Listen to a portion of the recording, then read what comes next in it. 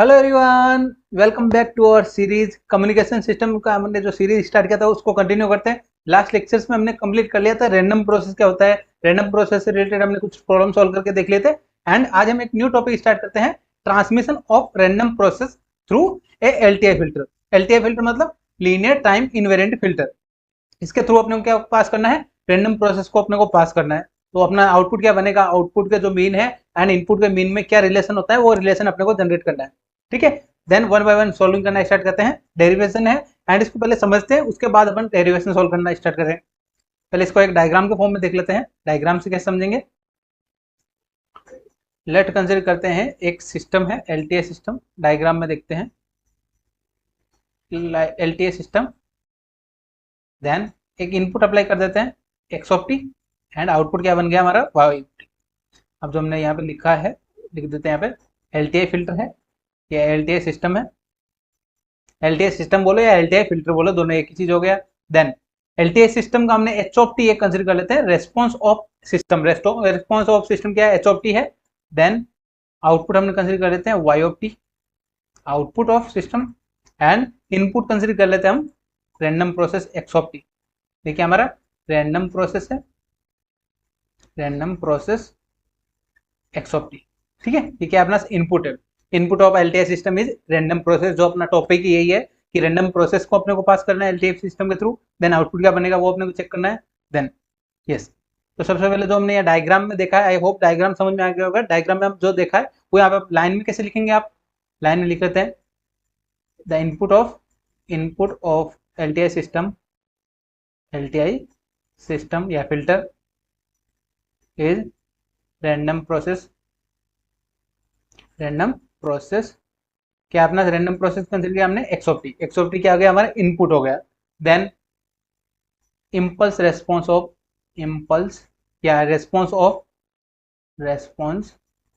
Of system is h of T. क्या consider किया हमने, एच ऑफ टी कंसिडर कर लिया। सिस्टम रेस्पॉन्स क्या जो भी एलटीआई सिस्टम है या फिल्टर है उसका रेस्पॉन्स हमने कंसिडर कर लिया H of T. Then output of system क्या आ जाएगा, output of system is Y of T. Output क्या है हमारा वाई ऑफ टी, हमने आउटपुट कंसिडर कर लिया। इनपुट एक्स ऑफ टी है, आउटपुट हमने वाई ऑफ टी कंसिडर कर लिया। एंड यहाँ एक्स ऑफ टी को एक और लाइन लिख लेते हैं यहाँ पे कि let X of T be, X of T क्या कंसिडर कर लेते हैं हम, stationary process. X of T क्या आ जाएगा, be the stationary process. Stationary process, ठीक है। स्टेशनरी प्रोसेस क्या था वो हमने लास्ट लेक्चर्स में कवर कर लिया था। आई होप ये आपको समझ में आ गया होगा, ये हमने जो कंसिडर किया है। ठीक है, देन अब इसके बाद अपने सॉल्विंग करना है। एंड जब भी हमने सिग्नल सिस्टम पढ़ा था, सिग्नल सिस्टम में हमने एलटीआई सिस्टम या फिल्टर देखा था। उसमें क्या होता है, जब एलटीआई सिस्टम से कुछ भी अपने को पास करना है, कोई भी सिग्नल पास करते हैं तो आउटपुट क्या आता है, कॉन्वोल्यूशन इंटीग्रल के फॉर्म में आउटपुट आता है। तो जो मैंने अभी बोला है उसका भी यहाँ पे पहले लिख के बता देता हूँ। क्या बोला मैंने अभी, yes, output of the LTI filter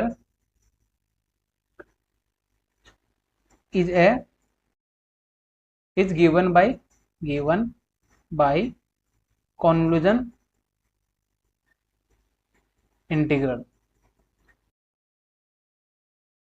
किसके फॉर्म में अपना आउटपुट फाइंड होता है, कॉन्वोल्यूशन इंटीग्रल के फॉर्म में अपना आउटपुट फाइंड होता है। ठीक है, अब इसको फॉर्मूले के फॉर्म में कैसे लिखेंगे, कॉन्वोल्यूशन इंटीग्रल मतलब क्या होता है, कॉन्वोल्यूशन इंटीग्रल का आपको फॉर्मूला आना चाहिए। तो क्या आ जाएगा, y of T is equals to integration minus infinite to infinite. ये क्या गया हमारा लिमिट हो गया माइनस इनफाइनाइट टू इनफाइनाइट।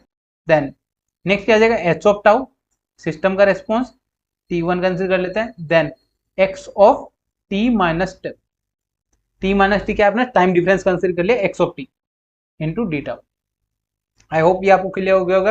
ये कैसे लिखा हमने, यहाँ पे आपको ये ध्यान रखना है, कॉन्वोल्यूशन मतलब आपको मल्टीप्लाई कर देना है। जब y ऑफ टी फाइंड कर रहे हैं अपन, y ऑफ टी फाइंड कर रहे हैं तो क्या आ जाएगा, x of T and h of T को मल्टीप्लाई कर देना है। h of T and x of T को मल्टीप्लाई कर दिया एंड इंटीग्रेशन कर लिया। ये क्या आ गया हमारा convolution integral.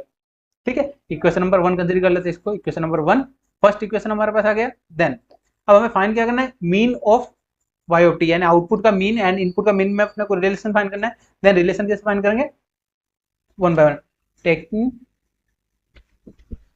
Mean of output. क्या आ जाएगा, एक्स वाई ऑफ टी का क्या आ जाएगा, expected value of Y of T is equal to क्या आ जाएगा, मीन मतलब क्या होता है, आउटपुट होता है, देन क्या आ जाएगा, expected value of this Y of T मतलब क्या है, इंटीग्रेशन के फॉर्म में, तो ये एक्सपेक्टेड वैल्यू किसका आ जाएगा, इंटीग्रेशन कंप्लीट का वैल्यू लिख देते हैं, expected value of phi of T से क्या लिख देंगे, minus infinite to infinite H of tau into X of T minus tau D tau. ठीक है, ये हमने क्या लिख दिया यहाँ पे, H of T Y of T की जगह अपने वैल्यू पुटअप कर दिया वाई ऑफ टी का। ठीक है, अपने को मीन फाइंड करना है यानी एक्सपेक्टेड वैल्यू फाइंड करना है, एंड एक्सपेक्टेड वैल्यू क्या होता है, ई यानी ई क्या होता है अपना लीनियर क्वांटिटी होता है, तो लीनियर को अपने अंदर यानी इंटीग्रेशन के अंदर शिफ्ट कर देते हैं, क्या आ जाएगा, here E is linear quantity, क्या आएगा, लीनियर क्वांटिटी है या लीनियर ऑपरेटर है, तो क्या आ जाएगा, इंटीग्रेशन क्या आ जाएगा हमारा, output operator, then expected value of Y of T is equal to क्या आ जाएगा हमारे पास, integration minus infinite to infinite then h of tau, यानी क्या है, रेस्पॉन्स चेंज नहीं हो सकता, रेस्पॉन्स का एक्सपेक्टेड वैल्यू नहीं फाइंड कर सकते, एक्सपेक्टेड वैल्यू किसका फाइंड करते हैं, इनपुट का यानी रैंडम प्रोसेस का, तो क्या देगा, expected value of x of T minus tau into D tau. ठीक है, ये हमने क्या लिख दिया, एक्सपेक्टेड वैल्यू को हमने शिफ्ट कर दिया अंदर, यानी इंटीग्रेशन के अंदर एक्सपेक्टेड वैल्यू ले लिया। ठीक है, and expected value of, and अपने क्वेश्चन में हमने कंसिडर किया था, क्या कंसिडर किया था, स्टेशनरी प्रोसेस का मैंने आपको बताया था कि जो एक्सपेक्टेड वैल्यू है वो टाइम के साथ चेंज नहीं होता, एंड एक्सपेक्टेड वैल्यू सेम रहता है, तो यहाँ पे क्या आ जाएगा, फॉर स्टेशनरी प्रोसेस या मीन या expected value of x of T, या इसको एक्सपेक्टेड वैल्यू ऑफ यहाँ टी के साथ में अगर टी माइनस टी भी लिखेंगे तो भी अपना क्या आ जाएगा, सेम रहेगा, expected value of T minus T क्या आ जाएगा हमारा, एम ऑफ एक्स टी लिख लेते हैं, क्या कंसिडर कर लिया हमने, M of X T, expected value को हमने एम ऑफ एक्स टी लिख दिया। ठीक है, यहाँ पे हमने क्या लिखा कि एक्सपेक्टेड वैल्यू चेंज नहीं होता, हमने तो अपना एम ऑफ एक्स टी आ जाएगा एक्सपेक्टेड वैल्यू। ठीक है, यस, नेक्स्ट देखते हैं हमारा, यहाँ पे वैल्यू पुटअप कर देते हैं, एक्सपेक्टेड वैल्यू, इसका वैल्यू क्या आ जाएगा अपना, एम ऑफ एक्स टी आ जाएगा, एम ऑफ एक्स टी आने के बाद क्या आ जाएगा, सोल्व कर लेते हैं यहाँ पे, yes, expected value of Y of T is equal to minus infinite to infinite then क्या आ जाएगा यहाँ पे, एक्सपेक्टेड वैल्यू ऑफ, जिसको एम एक्स टी से लिखा है, यहाँ पे टी माइनस टाउ है, तो यहाँ पे क्या आ जाएगा, टी माइनस टी, यहाँ पे टी माइनस टी है तो क्या आ जाएगा, एक्सपेक्टेड या मीन को भी हम क्या लिख दिया, M X T minus T. ठीक है, तो यहाँ पे सोल्व कर लेते हैं, H of tau into M of X T minus tau या इंटू डी टाउ। ठीक है, यानी एक्सपेक्टेड वैल्यू हमें एक्स का हमने फाइंड कर दिया, डायरेक्ट लिख दिया एम ऑफ एक्स टी से। ठीक है, अब यहाँ पे एम ऑफ टी क्या है अपना, कॉन्स्टेंट है, कॉन्स्टेंट को हम बाहर ले लेते हैं, इसको हम एम एक्स टी के साथ में लिख सकते हैं, एम एक्स टी, क्यों एम एक्स टी, यहाँ मैंने टी माइनस टी क्यों लिखा था, क्योंकि अपने क्वेश्चन में टी माइनस टी हमने कंसिडर किया था, देन मैंने आपको जैसे बताया कि स्टेशनरी प्रोसेस में मीन का वैल्यू सेम रहता है, इक्वल रहता है, कांस्टेंट रहता है। ठीक है, टाइम पे डिफेंड नहीं करता है, तो यहाँ पे एम ऑफ एक्स टी लिख सकते हैं, यानी कांस्टेंट हो जाएगा, तो एम ऑफ एक्स टी को कांस्टेंट को बाहर ले लेते हैं, M of X T integration क्या आ गया, minus infinite to infinite H of tau into D tau, ये क्या आ गया हमारा, मीन का अपना आंसर आ गया, मीन हमने कांस्टेंट ले लिया, बाहर ले लिया। ठीक है, एंड अब ये जो अपने को यहाँ पे वैल्यू मिल रहा है, ये इंटीग्रेशन क्या है अपना, इम्पल्स रेस्पॉन्स का इंटीग्रेशन है, ये क्या है, इम्पल्स रेस्पॉन्स का इंटीग्रेशन है, इसको एक इंपोर्टेंट क्वांटिटी बोलते हैं एच ऑफ जीरो, यानी zero frequency response of DC input या DC.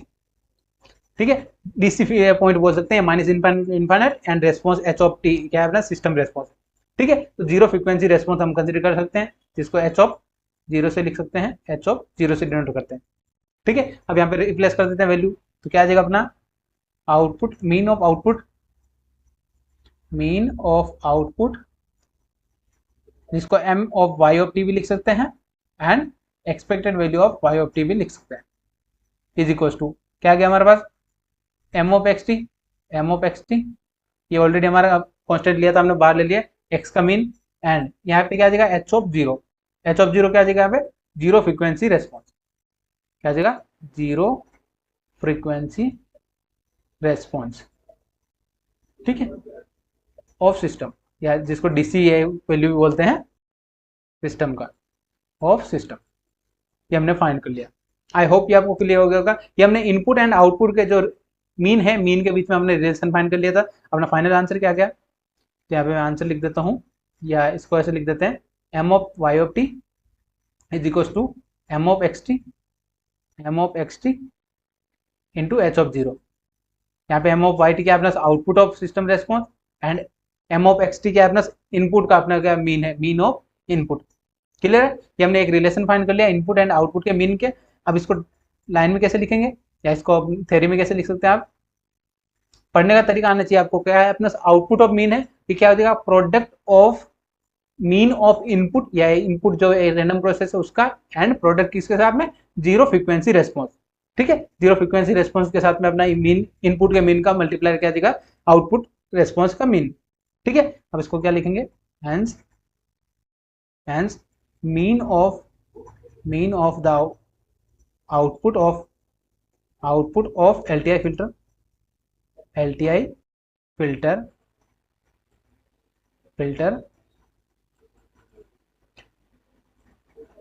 Output of LTI filter या रैंडम प्रोसेस का आउटपुट क्या आ जाएगा अपना, filter is equal to the mean of, या प्रोडक्ट ऑफ, क्या है अपना यहाँ पे मल्टीप्लाई है, यहाँ पे प्रोडक्ट ऑफ क्या आ जाएगा हमारे पास, प्रोडक्ट ऑफ मीन ऑफ किसके साथ में, मीन ऑफ इनपुट, या क्या आ जाएगा, मीन ऑफ इनपुट एंड क्या है, mean of input random process and